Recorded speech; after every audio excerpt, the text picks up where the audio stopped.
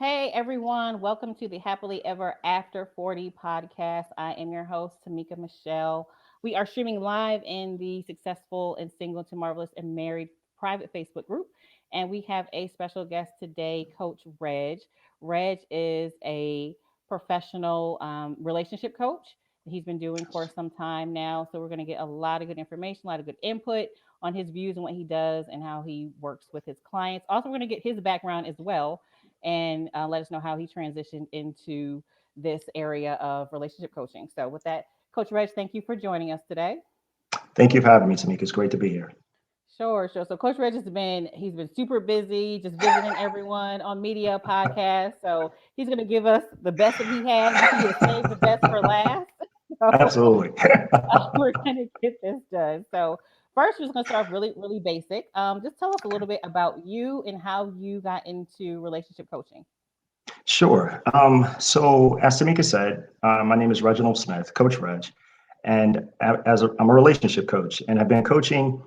Started coaching informally. I would say probably as early as 2007, really, and just kind of didn't really do anything with it. And at the time, it was really more life coaching, right? Because I had friends, men and women, who would seek me out to have both personal and professional conversations and want to kind of figure out, a way forward or think through. I'm sorry, have someone help them think through their way forward with whatever that choice or decision that they were faced with.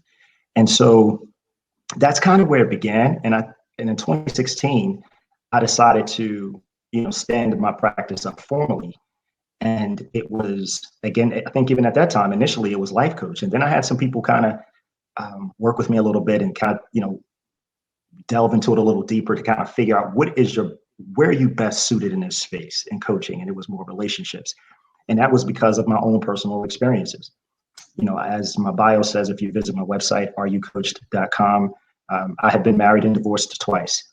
And at 35, I had two marriages that did not work and or had not worked out, or two divorces, I should say. And at that time, I was kind of embarrassed and ashamed. And that's when I really took the time to heal and work and kind of unpack my choices and decisions and why I made those. And it was some tough choices. And I made the decision to look inwardly, introspectively, to think through why I made the choices I've made. And it helped me because in spite of my marriages failing, I still believe in family. I still believe in quality relationships. And I didn't want anyone to experience what I'd experienced, quite frankly. And if I could spare them from it or save them from it, that would be my heart's desire.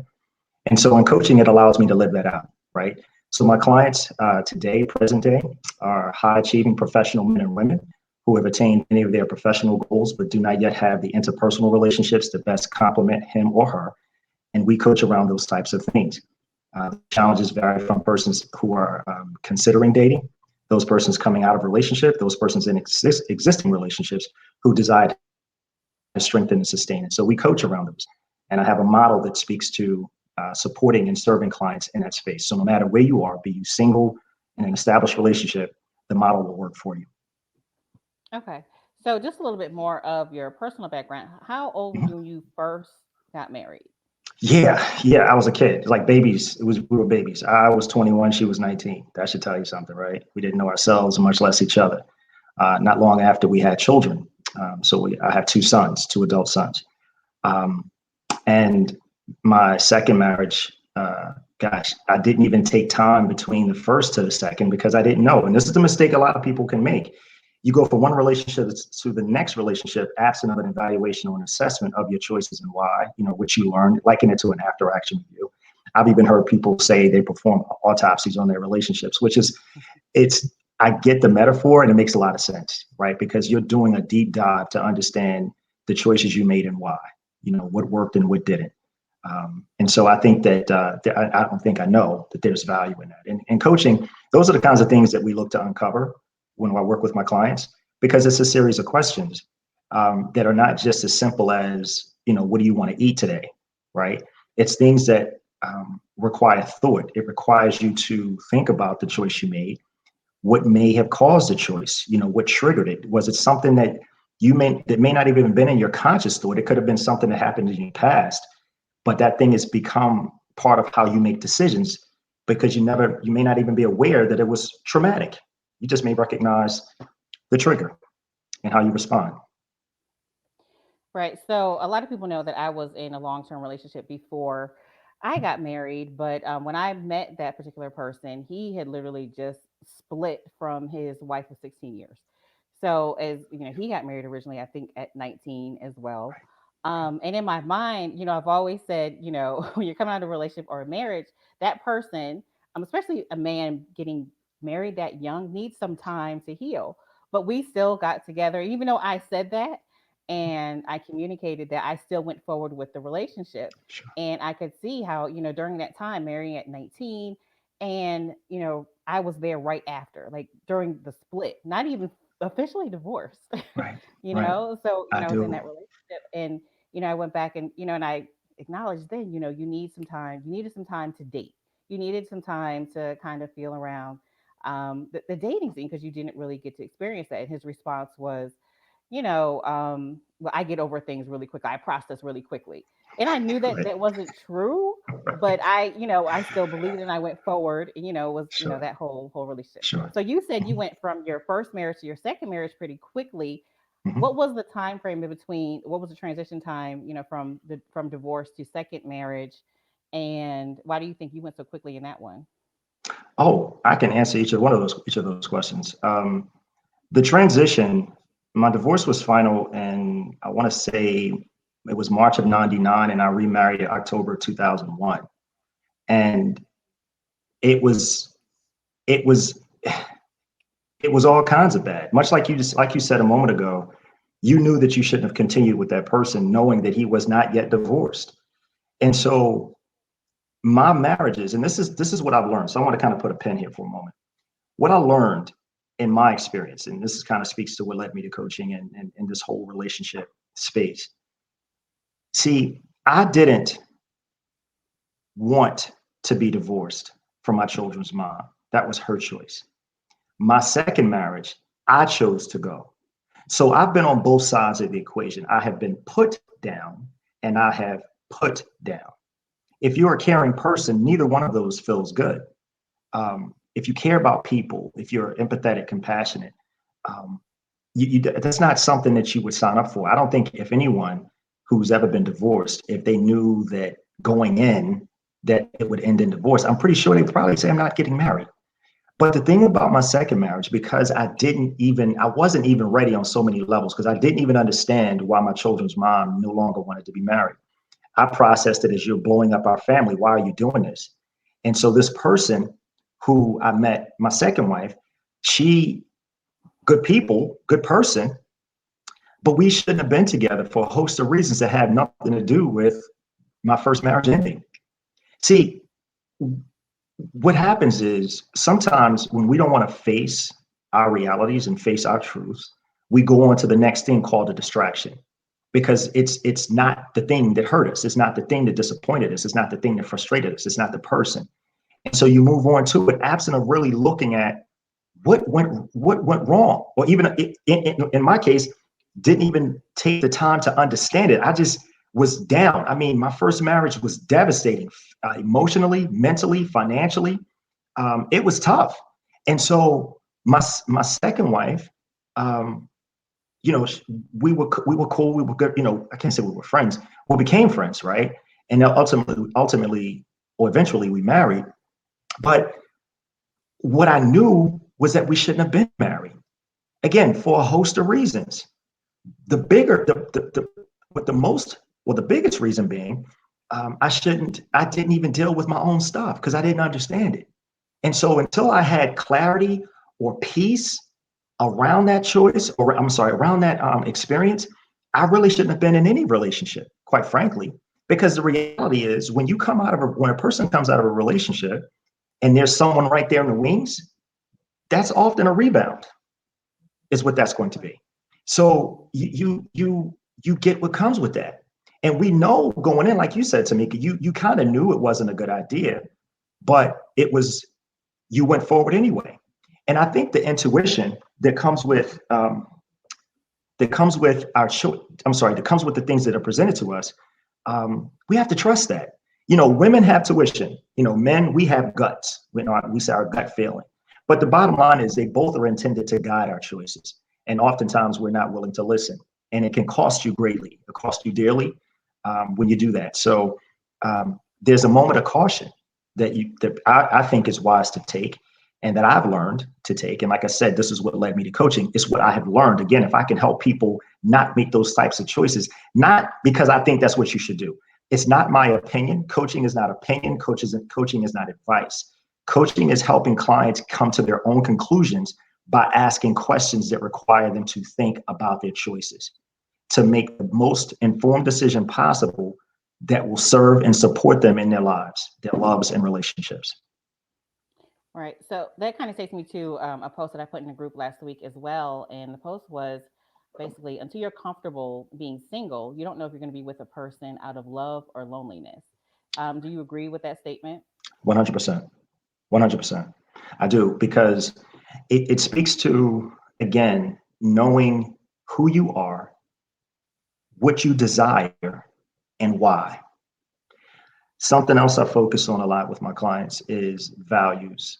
There's a values exercise. If you don't know what your values are, there's a values exercise that I work with clients on to help them identify their values.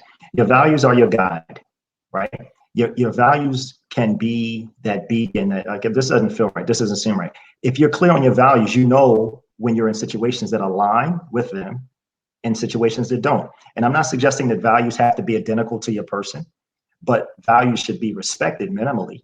And then you kind of determine if we can maneuver beyond that. But I think it's a values proposition, Tamika. I really do. I think you need to be whole. See, because two whole people can recognize each other, but two broken people can't see straight. So Yeah. it's imperative for you to know who you are and what you want, desire. Yeah. So I'm gonna read. There's a couple comments over here in Oh, the okay. chat. So Sure. someone does you just made a comment. No one wants to feel the pain, but you need to go through it. And I think again, a lot of people kind of jump from one relation to another. Absolutely. One out of loneliness for some, but it is imperative that you actually go through that. It's just like the 5 stages of grief. Hmm. It's a relationship is it's grief. It's a loss. Absolutely. It's a That you loss. have to Absolutely. process. So, yeah, and then I see another comment here saying, for me, the second marriage was subconsciously more about proving to myself that I was a good wife and less about him being my person. And she couldn't, or Mm. he or she couldn't see that at the time. I can't see who posted that, but Sure. she Sure. No couldn't see it problem. at the time. So, yeah, I mean, I think what you're saying, two broken people can't see straight. That's that's a great line. Yeah. Because here's the thing. We come away from relationships with a lot of questions, especially if you didn't ask for it, right? If you're wanting your family, like I grew up, my story was my parents divorced when I was 10. And I remember thinking as a 10-year-old child and I remember saying this, if I ever get a wife, if I ever get kids, I won't do this to them. Now, let's be clear. I didn't know how you got either one of those at that time because I was 10. But I just knew that I didn't want that reality. I didn't want to be like my parents. I didn't want to be a broken home. And here's a challenge. Here was the mistake. Although the intent was noble, maybe even commendable to say that I want to keep my family together. Here's the thing that I didn't understand. Here's what was in play that, unbeknownst to me, little word, which is a big thing, called control. Hmm. And I don't mean controlling her, but just trying to control the environment. And a good buddy of mine, who I'm still close with to this day, said to me, he says, Reg, you can't control the outcomes. He says, it's like, imagine having sand in the palm of your hand and you close your fist, but your hand is full of sand. There's some that's going to slip through your fingers. That's the part that you can't control. That's how relationship. There are things that are outside of your control, no matter how well intending you are. And see, unbeknownst to me, and maybe this was some of it, my desire to keep my family intact, my then wife may have perceived that although we were young, although we did not know ourselves, although didn't know each other really well, she may have perceived it as you're smothering me because I'm so determined, because my subconscious has said as a little boy, this won't be my story. And I could have very easily been projecting my desire to keep my family intact onto her. Did not know that what was going on, didn't know that what was going on, didn't know that was going on, certainly did not know how to articulate it, definitely didn't share it with her. She's just experiencing it, perceiving it, and receiving it, and it's hot. She's like, I'm not suggesting that was the reason. Let me be very clear. What I'm saying to you is this: it is the awareness of something called self-awareness and remembering that any relationship is a shared responsibility. Both parties in a relationship are culpable. Will one person do something more egregious than the other? Possibly. But your participation, regardless of how much or how little, equates to a shared responsibility, because we all have choices and none of us are perfect and we all are flawed and fallible. And so because of it, we have a responsibility. This is what I mean by uncovering and unpacking and discovering, okay, where do these choices come from? Where do these feelings come from? What's the genesis of those? Because when you're clear on that, you can better understand your choices, much like you asked a moment ago, Tamika. When you know what you're feeling and why, you're okay being alone because you accept some things. You learn to accept some things. It doesn't mean you like them. Doesn't mean you don't wish you had a different story. But the reality is you learn to accept them because this is what it is. This is the part that I can control.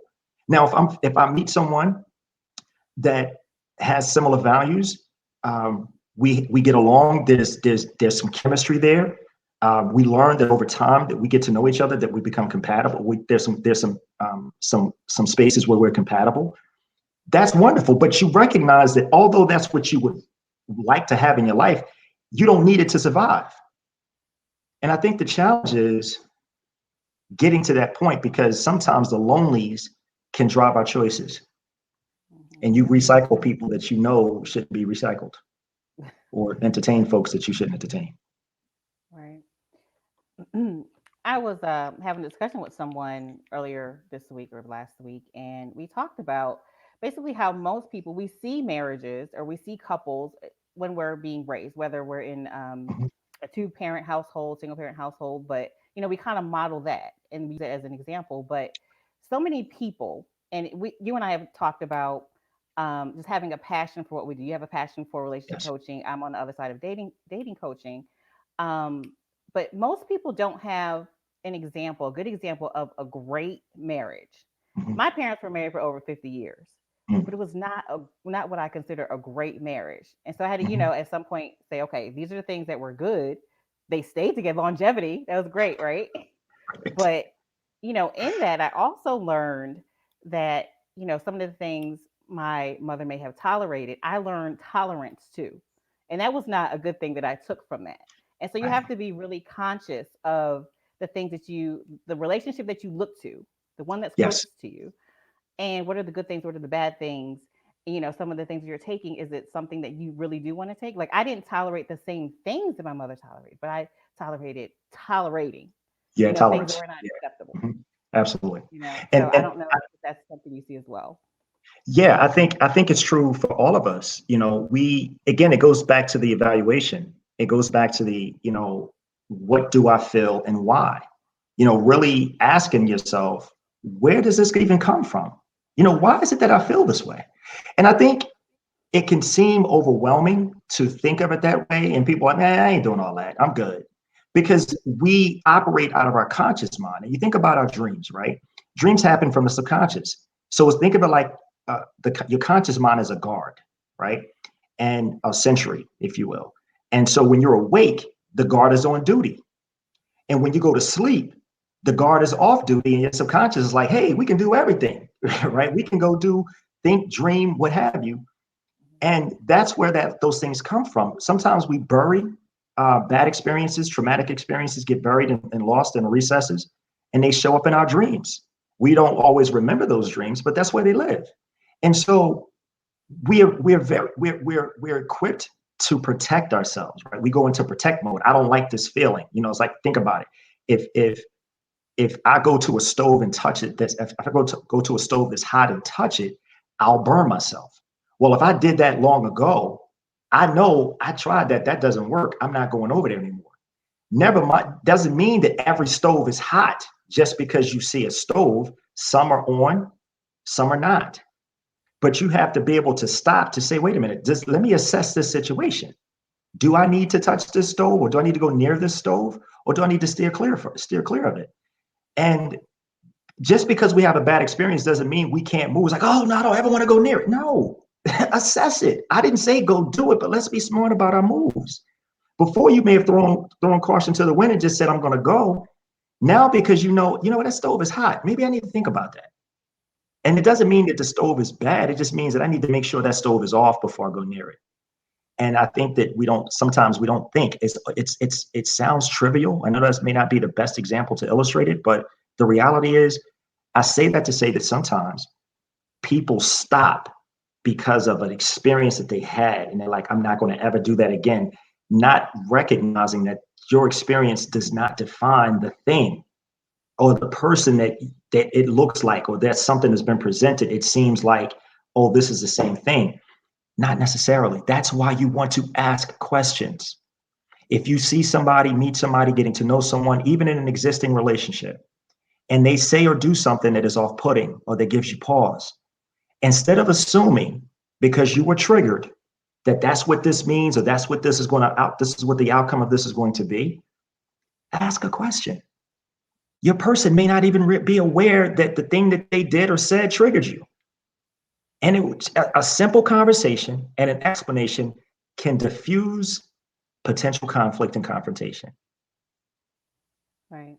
And it's actually important to address it calmly as opposed to getting in attack mode. Because I find that that's a lot of ways that's how women we react. We just when we hear something and like you said, we get triggered, we automatically go in attack mode and defense mode and just blows the whole situation up and can totally destroy a relationship. So 100%. really important to how how you handle that and just be Yes. calm and you know get clarifying It's questions. here's why this is important in my opinion, Tamika. Um, when you do that, here's why you would do it. It's two reasons.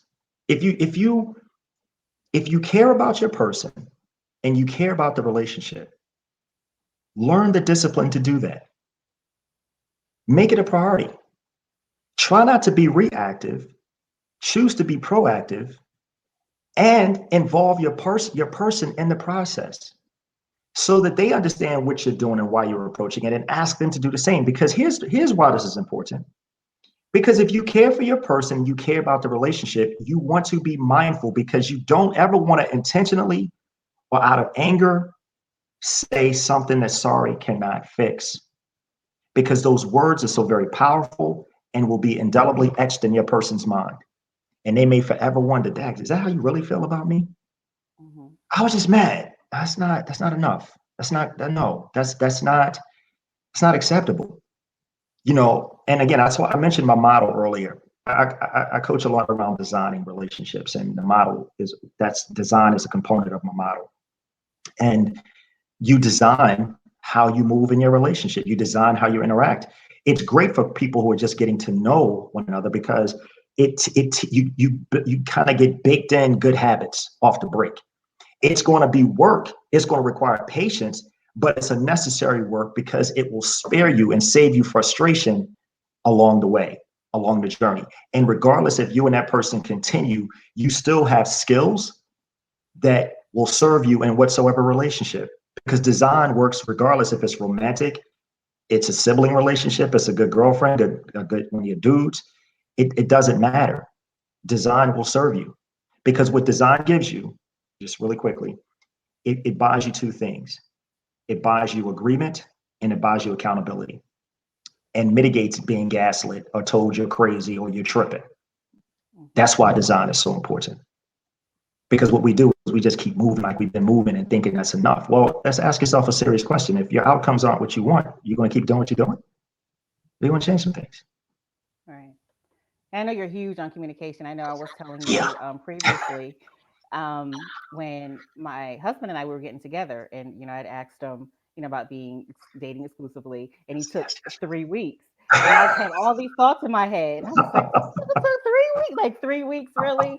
And then, but during those 3 weeks, ultimately he was thinking, and I yes. took it as he was trying to, perhaps, my mind took it, he was trying to blow me off. He wasn't going. to acknowledge it. And I was like, I refused to bring it back up, but I was still really cool. We still went Right. out, we still talked. I didn't have attitude or anything. And the first Mhm. thing you said after that was, because you have asked him a question. Like, could you ask him something? Could you gotten some clarification? And I was like, Right. oh, good deal. Now we're married. So like we're married, we have kids, like we're good. But the first thing you said, could there have been a conversation about Yeah. that? Yeah, because the thing. Stay Tamika, stay on screen with me. It's okay, Okay. unless you just want to be off. But I do. yeah, yeah. It's really more for um, so that you don't attack and that you don't accuse and that you don't assume. Why would you do any of those things if we could ask a question first proactively to find out the answer from the source versus create whatsoever narrative that we create in our minds? I'm not suggesting it doesn't happen. We're human. I'm simply saying that when that happens or those thoughts arise, take the next step and say, you know what, this isn't probably the best.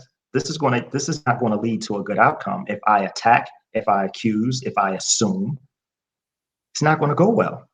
And I can promise you, we as men don't respond well to that. Hmm. I don't think anyone does, but I know men, we do not do well with assumption, being attacked or accused, especially when we value integrity and high character. That is Yeah. a no go. And so now you compound the situation or compound the challenge because of the approach. It's kind of like mail being delivered. Your package can be great that you're expecting, but if the delivery is off, if they deliver it to the wrong house, you never get to experience the package. Does Right. that make sense? Awesome. Yeah, it totally does. There's something else I want to talk to you about because we've talked about it before as well.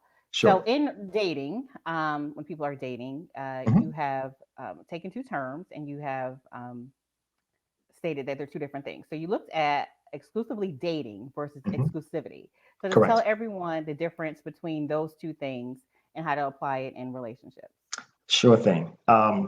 So exclusively dating is a paradigm. I'll refer to it as a paradigm. It is the way, and I'll use a metaphor or an example to parallel how it can be applied. So exclusively dating, it looks like it's two people who come together. Like, you're dating, you're dating. You're dating each other, you're dating, and you meet. And it's like, oh man, there's some cool stuff here. And then all of a sudden, say the cream has risen to the top, and you've decided that this is the person that I want to date. Now, and they decided that they want to date you, or at least that's what you think. But again, we have to have a conversation because we don't want to assume. And so we have a conversation, and then we establish the ground rules, which gets into that design that I mentioned to you a moment ago. So you decide what that's going to look like, meaning, are we dating other people? Are we just dating each other right now um, in this exclusively dating space? Are we, if they're children, at what point do we introduce children to your children to my children and, vice versa? When does that happen? Do we even do that yet in this space? Um, do you meet the people that are closest to me and mean the most to me? Am I ready to do that? We talk about those kinds of things because you're defining the scope or the space of exclusively dating. Here's why this is also important before you tag and title somebody as that's my boo, that's my person. It's because you don't know how they handle things. They may not handle things well. You may not know their values yet. You don't know how they respond to conflict. You don't know how they respond when they're angry, how they treat you, how they treat others. Have you had the opportunity to fully observe them in multiple situations? Now, in fairness, you can't cover it all because some experiences just haven't happened yet. So you don't know how a person's going to respond because you can only move from what you know, right? But the point there is you're doing it with caution to ensure that I can make an informed decision because at this point of exclusively dating, the space in exclusively dating, what I'm doing and what this person is doing, excuse me, is information gathering and data gathering, information gathering. The reason you do that is to make an informed decision to determine if you want to be exclusive, like moving from exclusively dating to exclusivity. In a professional example, if a search firm uses if a company uses a search firm to find qualified candidates, that search firm presents qualified candidates to the company. The company brings them in.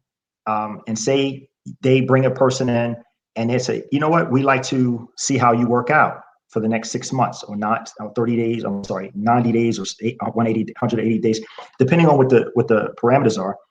But the whole purpose of that is because your skills seem to align with the position that they want to fill. And so they say, hey, listen, this is what the position requires. Your skills, according to your resume, it appears that you've done these things. Talk to us about that. You talk to them. They say, man, this is great. This person would be a great fit. So they say, yes, we'd like to bring you in on a limited basis to see if you would be a good fit for the work, for the culture, for the client, whatever, right? And so you're going through this process of getting to know the company, getting to know the work. They're going through the process of getting to know you, evaluating you to determine if you actually can do what your resume says you can do. And at the end of that time, be it 90 days or 180 days, you now come back to the table with a conversation. Listen, how do we'd like to extend you an offer. Or they may say, you know what, we appreciate you. Appreciate your time. Thank you for your contributions, but thank you. It's time to terminate the relationship. Or they may say, we like to extend you an offer. You've been a valuable asset and to the team, and we appreciate your participation and contribution and blah, blah, blah. And so you're like, man, that's great, but you've been evaluating them too. You're like, yeah, that's cool, but I'm not sure if this is a good fit for me long term. And so in that example, both parties have a choice can make a choice. They have a decision to make to continue or discontinue. Just because one wants to doesn't mean that the person who doesn't want to should. See, no different in the relationships, because what we're trying to determine, I've gathered my information. Now I'm like, yeah, I'm not sure if this is a good fit because I'm clear on my values. I'm clear on what matters to me. And I know that long term, this is probably not a good fit because I've seen some things that give me pause. And the things that give me pause, I've had discussions about them. And although the person responded, I'm just not confident, not because of who they may be. It's because of your self-awareness about how you feel about whatsoever, which may be the reason why you choose to discontinue. My point is this: at the end of that example, if it's attempt to hire, right, or attempt to perm scenario, if it's a professional example, both people have a choice, and you may choose not to continue. They may not choose to continue with you, but if you choose to continue, they extended a formal offer, you accept it, and now you are exclusively employed by them. Parallel that with the relationship. Now that we've done that, we make a decision that we're going to be exclusive. We've moved from exclusively dating to exclusivity, meaning I'm tagging and titling you, you tagged and titled me, and we have an agreement. We have a foundation from which we built from. We've hopefully incorporated some good habits in our relationship that will serve us and support us as we continue down the journey of exclusivity. My contention, no one does that. They just get with somebody, they like them, they cool, I'm cool, no real homework is done. They just like go with it. And they wonder why 6 months, a year later, why we're struggling. So in that analogy, Yeah, I guess putting a label on a relationship that comes at exclusivity, correct? correct. And so Yes. before that, it's just if you refer to someone, I go, hey, who's this guy?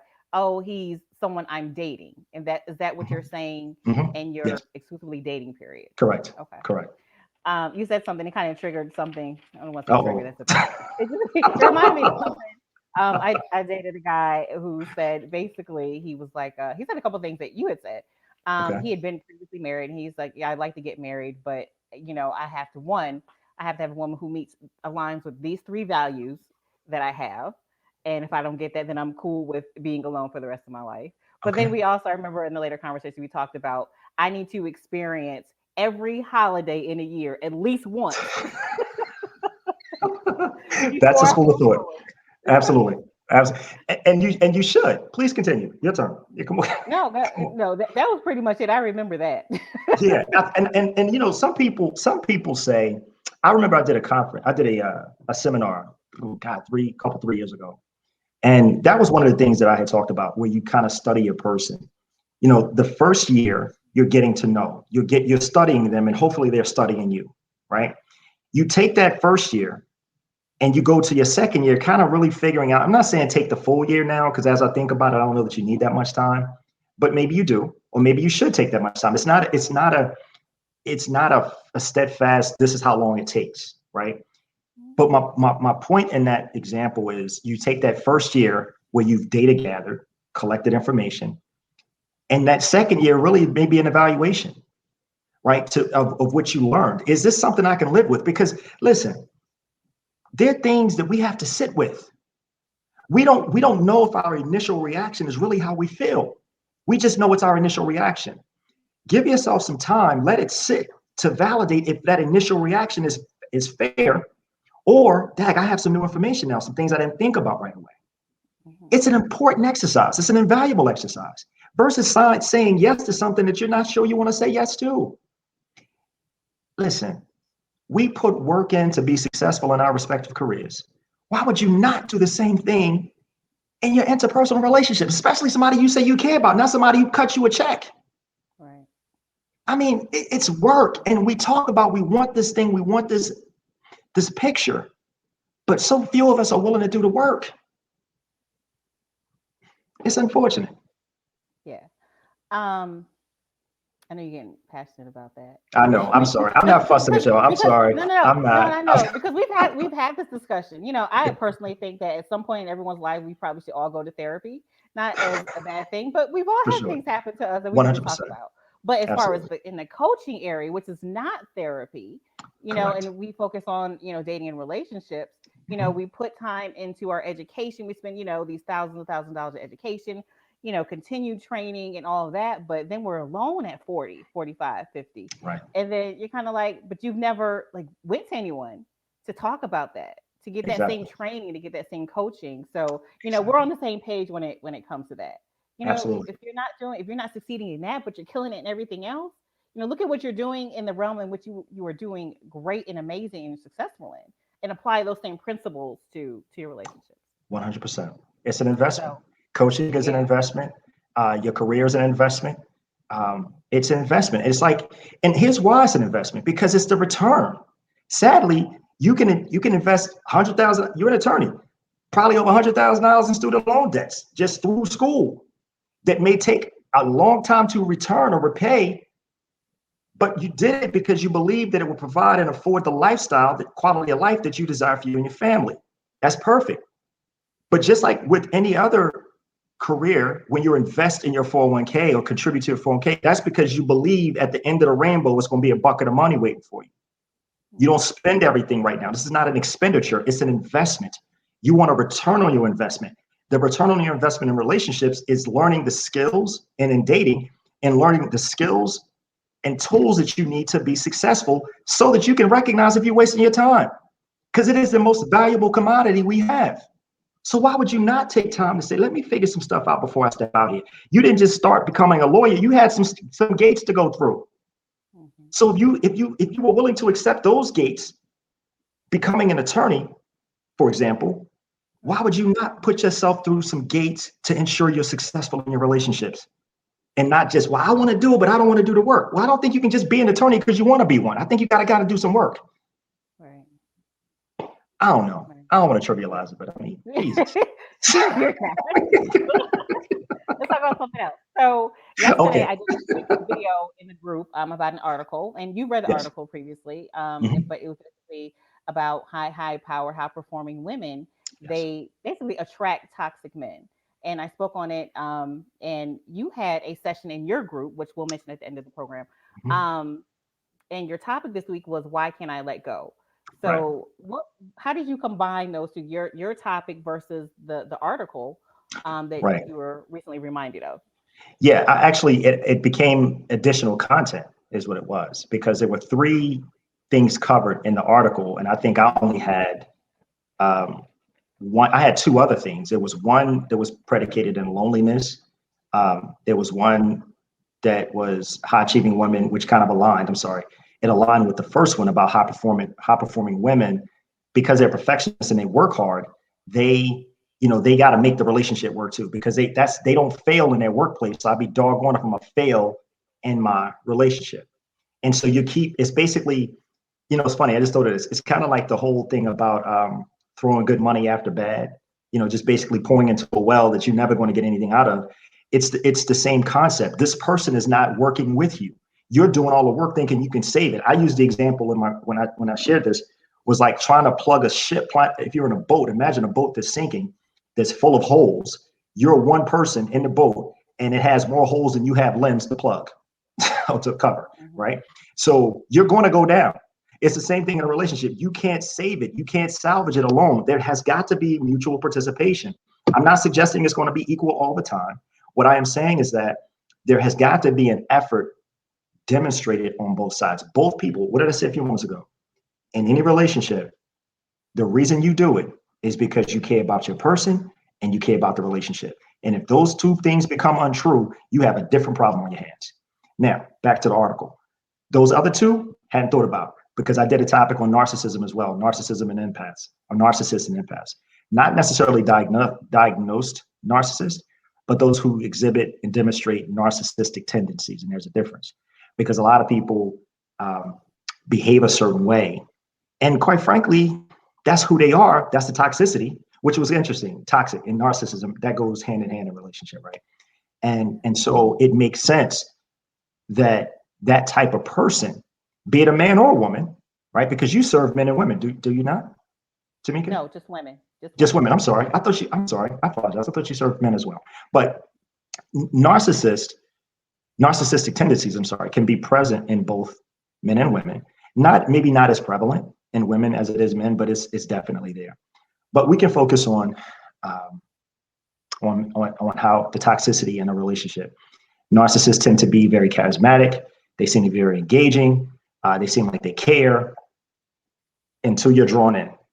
And then once they know they got you, all the stuff, all the words, the flowers, the roses, the trips, the whatever things that you were doing to, oh God, this guy is great. Oh my God. Okay. Tread lightly. Let's see how this thing goes, because he about to trip on, and you got to pay attention. And that's the toxicity, because now what you got that perfectionist kicking in, and she's trying to fix him, especially when he starts to drift and starts to mistreat you and not treat you as he once did. You're asking, is it me? What can I do differently? What did I do? And you're trying to save something, much like the first example of a high performer. She kicks in and she's trying to fix this. And the third one was, it's a kicker here. That good get you every time. Get you every time. Phenomenal sex. You know what I'm saying? Right. Woo, that thing, listen, it's hard to there were people in my group, because I serve men and women. There were people in my group, women in particular, who said, why can't I let go? Was because the sex is hard to let go of. They're like, you don't understand. I know, it just be calling you. I got it. Okay, Pookie. Remember that? You know what I'm saying? But no, but sincerely, it's difficult. And I'm not suggesting any of this is easy. It requires a choice. It's a step-by-step. And listen, how do we eat an elephant? If you were to eat one, right? One big bite or one bite at a time? It's one bite at a time. Because you got to give yourself grace when you're trying to overcome something. When you're trying to let something go that you know isn't good for you. You recognize it's not good for you, but you also recognize you're not yet strong enough to move past it. It's a little thing called grace that you should extend to yourself so that you can get there, and it's baby steps. And if you need some help with that, that's why you hire a coach. I promise you, coaches help you move from where you are to where you say you want to be. You got to want your outcome more than you want this pain. Yeah. It's one thing to say it, but it's another thing to live it. I'm sorry, Tamika, please. So I was saying, in my 10-year relationship, before that, I was used to whatever I did and I said I was going to do, I did it, and I succeeded and I overcame it and I did it well. So about year 2 of that relationship, my father was kind of like, yeah, I think you need to cut your losses, like right here. And my mom, like, no, I'm going to do it. It's going to work. And I'm going to put all what I can and do what I can. And it's going to be great. But Right. I should have cut my losses. But you had to have that experience, right? Yeah. And you Yeah. learned and you grew from it. See, here's the thing. You had your experiences. Many of us have had experiences, right? But no one could tell us, because we had to work. Much like you mentioned the guy who was coming out of a marriage that you were with, right? You knew that probably wasn't a good idea, but you had to go forward with it to prove it to yourself. And it had less to do about you always finishing what you said you were going to finish. and more about accepting the reality that you could not control or the outcome that you could control. And that's growth. So good on you. Yeah. So the other part of this article, basically Yeah. said, when things start to go sour, things start to change, when, Mhm. the man changes, things start to become toxic, is it's really hard for, again, high achieving women to come to that conclusion and let go. It's like, Yes. again, what I was saying, you want to make it work. Mhm. Like you said, it's not hard. I mean, it's not easy. It's No. definitely a process. And that's what I tell people. Yes. It's a process, and the process I had to go through. My Mhm. transition, period was, over 10 years, 10, 15 years. And so now, when I work with people, like I'm trying to get you to not spend 10 years, 10 plus years in getting out of a situation, but learn how to come out of it a little bit quicker and get to know Absolutely. yourself. So, who are your typical clients that come in to see you? Hold on. I'm sorry. I missed it. Your typical clients that you Oh, have that come to you. yeah. Same thing. I've worked with some attorneys in my practice. Yeah, it just, again, high achievers, people who are doing really well at work. I've worked with attorneys. I work with persons who are kind of C-suite level executives, um, who are really trying to, who again, they do well in their lives and professionally, but personally they're like, I'm not sure. It's something that I'm not. They don't quite trust themselves as much as they do in their work life. And it's really not hard to understand, to be honest with you, because your work is not emotional, it's logical. It's what you do, but it's not who you are. Hmm. But when you're in a relationship, that's when who you are shows up. And that's why it's not, we're not as confident always emotionally and in relationships as we would be otherwise, and particularly professionally. So my clients vary. Men, same thing. Software types, engineers. It just depends. I mean, it's again, high achieving, high professional. I'm sorry, professional, high achieving men and women can be whatsoever their endeavor is, but it really comes down to persons who are like, you know what, I'm not liking my outcomes, and it's something I want to just talk to someone about to see if this makes sense, right? If there's something that what could I do differently? So for me, when I have what's called a chemistry session, people, they the whole point of the intake is for them to answer some questions to help me understand what their challenge is and to ask them questions around it. But more than that, what do you want? Because knowing what you want is half the battle. We can devise a game plan to get you there, but you're going to devise a game plan, right? So my clients, they vary to me, because they do, and as professions go. Okay. So, like I said, when we first started this podcast, I was telling everyone that Coach Reg has been visiting the circuit, the podcast circuit, media in the last couple of days. But I just wanted to, because we're starting to run out of time. Sure, Coach Reg, sure. on his page, he has uploaded the video he did yesterday with Dr. Sylvia, and it was a really good conversation. They talked about chemistry versus compatibility. Also talked about that question: you first go out with someone for the first time, Who first pays? date, and someone says, well, tell me about yourself and, Right, and how right. you deal with that situation. So, just very interesting content. So again, we'll give you Coach Reg's information. You want to go and check out that conversation as well. Just one more, just or overall, just tell us the professional services and memberships that you offer as a Okay. coach. Yes. So I work with individuals, right? So I offer individual coaching services. I do work with groups. Not It's not on my site yet, because I haven't fully built it out. In fact, someone asked me the other day would I consider doing a retreat for about 10 or 15 women, and I said yes. I just needed more detail. But that service offering isn't there, but it is available. We could talk about it. But the service offerings I have is for individual coaching, and I also have a program called Sip and Chill VIP. I have a weekly show called Sip and Chill on Facebook with Coach Reg. Sip and Chill with Coach Reg, and it's a weekly show every Friday at 6. And people can be a part of VIP. And if you just want to be, it's first Friday, so it's the first Friday of each month. But it's not broadcast in the group because it's a private section. It's VIP, right? And so it's for persons who want to be a part of whatever that discussion is that we're having that week, if that's what they want to do. But if they want a membership, then they're paying for And if they want a monthly membership or they want a 3-month membership, that's an option as well. And the reason that's the case is because my sessions each Friday are just information, me sharing to stimulate and provoke thought.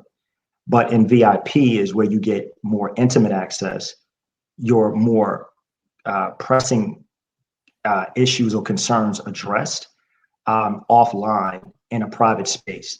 And so VIP affords you that. And in VIP, there will be opportunities to, meet with other professionals. Like if there's a challenge that someone's having, if they're coming out of a marriage or there's a divorce or some bad stuff, I have relationships with people who can, who I will have come in to speak to VIP. They're not getting that for free on Sip and Chill with Coach Reg, right? So it's some extended access, some private, more intimate access in a private setting offline, and it's for and we would meet over the course of 3 months. We would meet 6 times, so twice a month. You got your first Friday, and you have your private event within the group of VIP. Okay. So I just love the concept of sip and chill because if you go in there, you bring your favorite wine or, your favorite mixed Absolutely. drink, cigar, I'm assuming, if you if you smoke, sit Yes, back, turn the camera absolutely. on, Yes. and you just Yeah. kind of, you kind of get into the group, into the vibe of things, which is really, really super cool if Thank anybody you. is interested in that. So again, we'll leave Coach Reg's information in the show notes. If you have any questions, just send me a private message. I'll, definitely definitely give you his information, link you guys up. So now we're concluding now, but I have a couple hot seat questions that we started incorporating in here. Because you are very super super professional, have great information, but sometimes you just want to know just a little bit more Sure. about you. Sure. So Sure. we all had them. Have you ever had a stalker or a woman who was just a little too Oh, are you aggressive? there? Okay. It paused. It froze for me. Could you repeat that for me, Oh, please? okay. I'm sorry. Have you ever had a stalker or a woman who was just a little too aggressive in pursuing you after you have said this is not going to work? Right. You know what? I don't know if you're gonna believe me, but it's true. No, I haven't, thankfully. Really? I'm Yeah, I'm so thankful. I have, I will even submit this to you, which I'm also grateful for. Um, in fairness, no one has slid into my DMs and shot their shot, which I appreciate. And I kind of view it as you respect my craft. You respect what I'm doing. So you're not going to do that. Don't get me wrong. Women do inquire. They're like, I got a question, you know. So, and I get it, but nothing untoward, nothing Okay. crazy. This wasn't in there, but are you currently single? Really, that's what you're gonna do right now. You just mentioned sliding into your DMs. Is that what they're asking? Is Oh gosh, you are funny. that Yes, I am okay? single. Yes, Unmarried. Let's say you're unmarried. I'm Unmarried or unmarried. married? I'm Unmarried. unmarried. Okay. All right. I'm Okay. not in a committed There's relationship. That's the short of it. okay. I'm gonna get you to um, me, I promise is there that. I'm sorry, you can. Is there anyone that you regret not pursuing or regret breaking up with? um, no, and I'll tell you why. Um, th- th- I really do strive to live my life absent of regret. So if we're not together or there's a person, um, there may be some, there may be people women that I've known in the past where had I knew then what I know now, in other words, what I've learned, I may have had different conversations could have led to a different outcome. So I don't necessarily feel they got away. It just wasn't meant to be, right?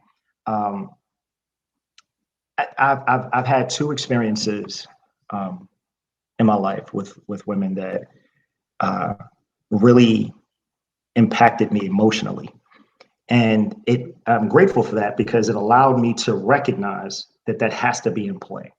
I used to just go straight to emotionally connected, but it's really you have to be emotionally drawn first, and then emotionally connected follows if it's going to be that. And I would submit to you that becoming emotionally drawn to someone, be you man or woman, but particularly for men, um, it's necessary because absent of that, any woman is random. But if there's an emotional draw and subsequent connection, that means your choices go different because you weigh the cost, you count the cost of your choices. So um, No, I'm grateful for those experiences, but no, there's no one that got away, that I feel. Um, there's some that I may have wanted to maybe see about, but I think one of your questions was about ghosting, right? Yeah, yeah. I got ghosted a couple times. That dish didn't feel good, Yeah. you know. But Well, that is a subsequent question. Have you been ghosted? Have you ever ghosted anyone either? no, no, I wouldn't. I wouldn't do that. I wouldn't do that because I'm a confident man. So I'm going to share. I will tell you tactfully and respectfully, not to make you feel badly if it's not what I want, because that's one thing that I do have to deal with. In fact, it's the least, it's the thing I dislike the most about what I do. It's the unwanted advances, right? Or people saying, hey, or trying to gain favor by having kind of like superfluous conversations or superficial, shallow, just let me see if I can engage him. I'm like, I see this crap a mile. I'm not doing this with you. And so yeah. So I don't ghost people, but I'm like, you'll know from my responses, little thing called social cues. Don't know. We're not doing that. The answer, you'll get an answer, but it's not going to be any smiley faces, emojis, or nothing that suggests interest. Because the problem is, and I think you and I spoke about this before as well, Tamika, men and women mistake someone's politeness and kindness for interest, and they Right. don't verify if it's indeed interest or they're being polite. And so I find myself having to, not to find myself, not often, but occasionally having to have conversations with folks because of that, to just say, hey, no, that's not what it is. And I love this. This actually happened once. And this was, I shouldn't say I love it, but I was grateful that I handled it the way that I did. There was a lady that I met at a conference, and we spoke often. At the time I met her, she was in a relationship, and she was all excited because she's like, "Oh, you don't work with people who are in relationships." And I was like, "I do, but I work with those individuals." Blah blah blah. I said, but she said, "My girlfriends. I thought my girlfriends would probably need your service because they're all single." I said, "Well, I work with men and women." But I started explaining it to her. Here's the point. Toward maybe 6 or 7 months later, her relationship was ending or had ended, and it wasn't. It was just it was an unfortunate thing. But I kind of worked with her through some of that, right? And so I had called. No, she said she had something to tell me. And so I said, okay, I'll call you tomorrow.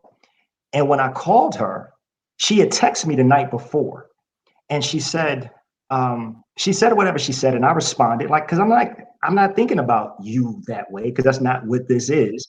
Unbeknownst to me, she's in her feelings based on how I responded. So the next day, because I told you, call you tomorrow. She says, yep, call me tomorrow. So I call her tomorrow, call her next day. She says, why did you respond the way that you did tonight? I was like, excuse me? What are you talking about? Because I'm not even looking at you this way. And so she says to me, I thought we were better. And I said, well, could you please share with me what I said or did to give you that impression? And she says, wow, you really are professional. I said, yeah, this is what I do. Because I know I didn't mislead. I know I didn't mislead you. There was no innuendo. There was no deceit. So no, I don't play with my practice and I don't play with my brand. So yeah, I'm pretty kind of direct and stuff, but not Yeah. hurtful. Yeah. Okay, I understand. Sometimes it takes us a minute to get there, though. I used to be a lot more blunt when I was younger, and I'm not as blunt now. Like I have learned to think and say things, communicate things that would be received a little bit better in my Fantastic. marriage relationship. Good for Uh, you, Tamika. so, okay, way back when, have you ever told someone Yes, that you love them and really didn't? Now, I know you wouldn't do that now, but in sure. your past. No, I didn't. I didn't do that. But you know something? Um, Let me think on that. Did I say that? You know what? I probably have. You know how somebody says it and you got the knee jerk? Like somebody says, I love you, and say, I love you back. And you're like, I'm Mhm, sure that's happened, right? mhm, But I'll give you a different one. And this was tough. This was tough. Um,